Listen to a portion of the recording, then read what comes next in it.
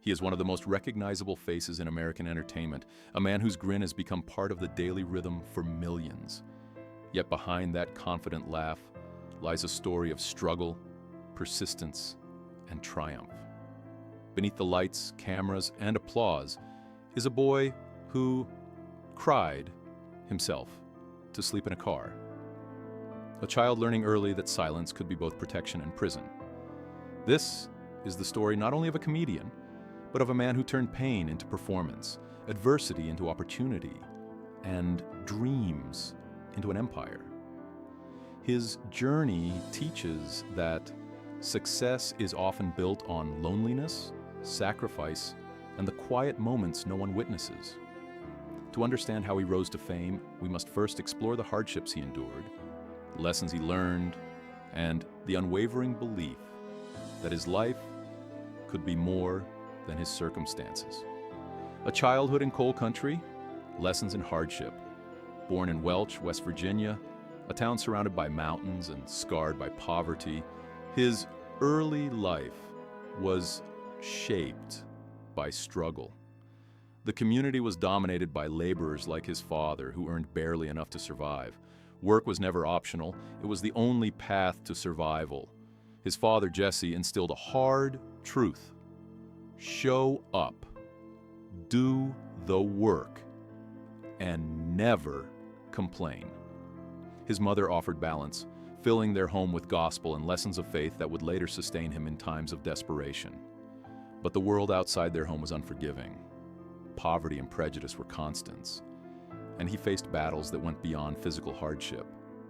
From an early age, he was forced to confront the limitations imposed by society and his own stutter, learning the painful art of observation and patience, skills that would later become the foundation of his comedic genius.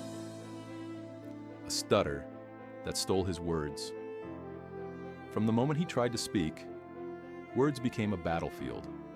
Born with a severe stutter, he struggled to communicate in classrooms, during social interactions, and even at home. Simple phrases like hello or present felt insurmountable, and the ridicule of peers left deep scars. In response, he grew quiet, turning inward as a survival mechanism. Silence became both shield and cage, forcing him to observe everything around him with heightened awareness. Faces, gestures, and body language became his language, giving him an uncanny ability to read people, a skill that would later fuel his comedy. Yet the pain of being misunderstood and mocked was constant, a weight he carried through childhood. This stutter, while isolating, became the crucible in which patience, empathy, and sharp perception were forged, laying the groundwork for the man who would one day command stages worldwide. The dream that was mocked. In 6th grade, a simple classroom assignment changed the trajectory of his life. While classmates wrote practical goals like policeman or farmer, he boldly wrote, "I want to be on television." Instead of support, he faced ridicule.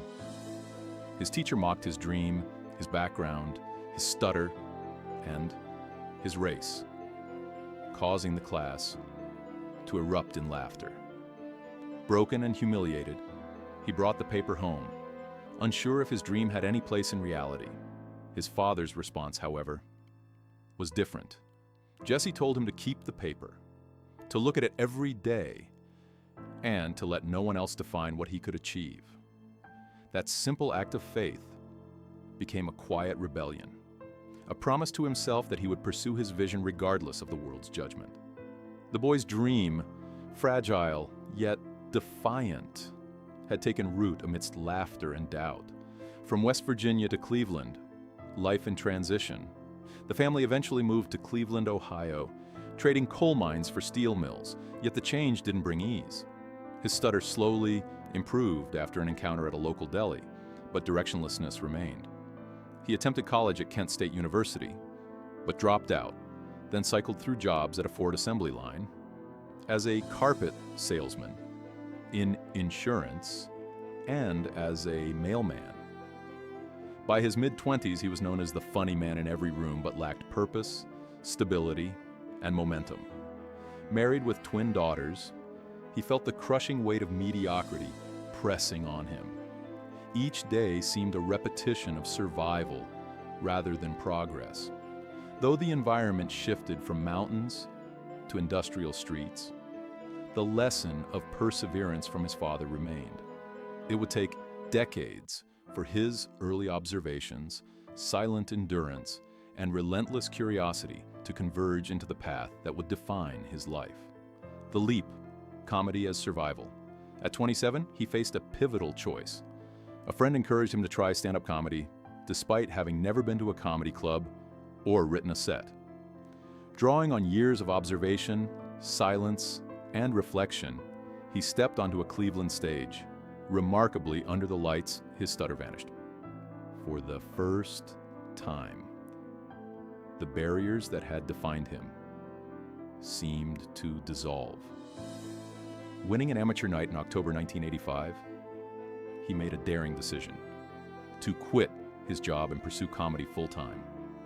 With a wife, daughters, and no financial safety net, he chose uncertainty over comfort. It was a bold gamble, one that demanded complete faith in himself. The world, however, responded as it often does, with indifference, difficulty, and setbacks. He would soon face the harshest trials of his life, learning that survival in comedy required not just talent, but courage, resilience, and the ability to endure humiliation. The Ford Tempo years, homelessness and persistence. Comedy did not immediately bring financial stability.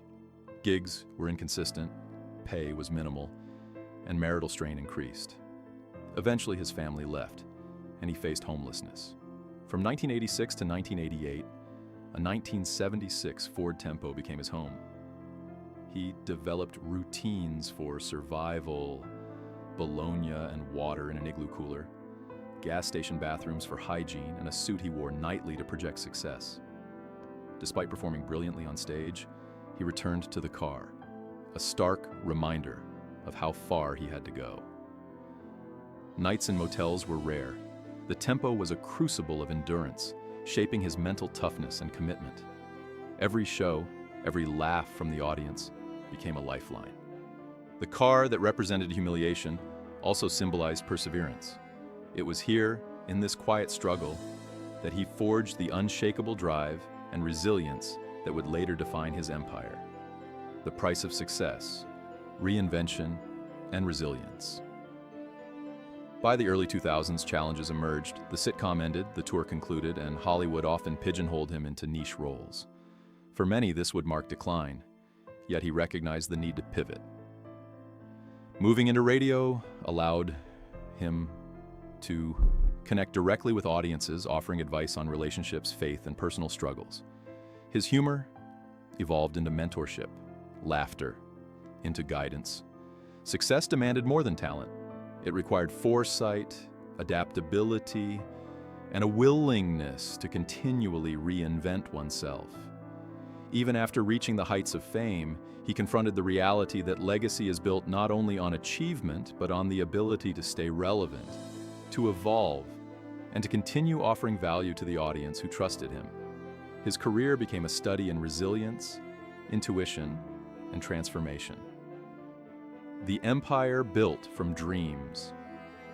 From a stuttering boy in West Virginia to a global media icon, his journey illustrates the power of perseverance.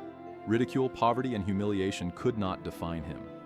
He built an empire through relentless dedication, strategic pivots, and unwavering self-belief.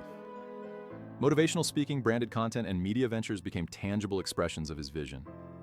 Every triumph traces back to the boy who wrote, "I want to be on TV," and refused to let circumstance dictate his destiny. The lessons are profound. Dreams demand courage, sacrifice, and endurance. Success is rarely immediate, often hidden behind nights of struggle and moments of isolation. Yet the promise of perseverance, faith, and tenacity shines through, proving that even the humblest beginnings can lead to extraordinary achievement. Conclusion: the light beyond the darkness. His story is not merely one of fame and fortune, it is a testament to the human spirit. From the coal towns of West Virginia to the bright lights of national television, he has navigated fear, failure, and doubt.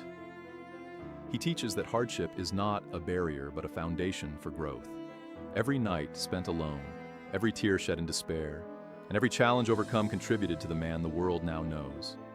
The boy who once cried silently in a car became a figure of joy, laughter, and inspiration. The journey reminds us that dreams are fragile, yet persistent belief, resilience, and faith can carry us through the darkest moments. Success, when earned through struggle, becomes not only a personal triumph, but a beacon for all who dare to dream.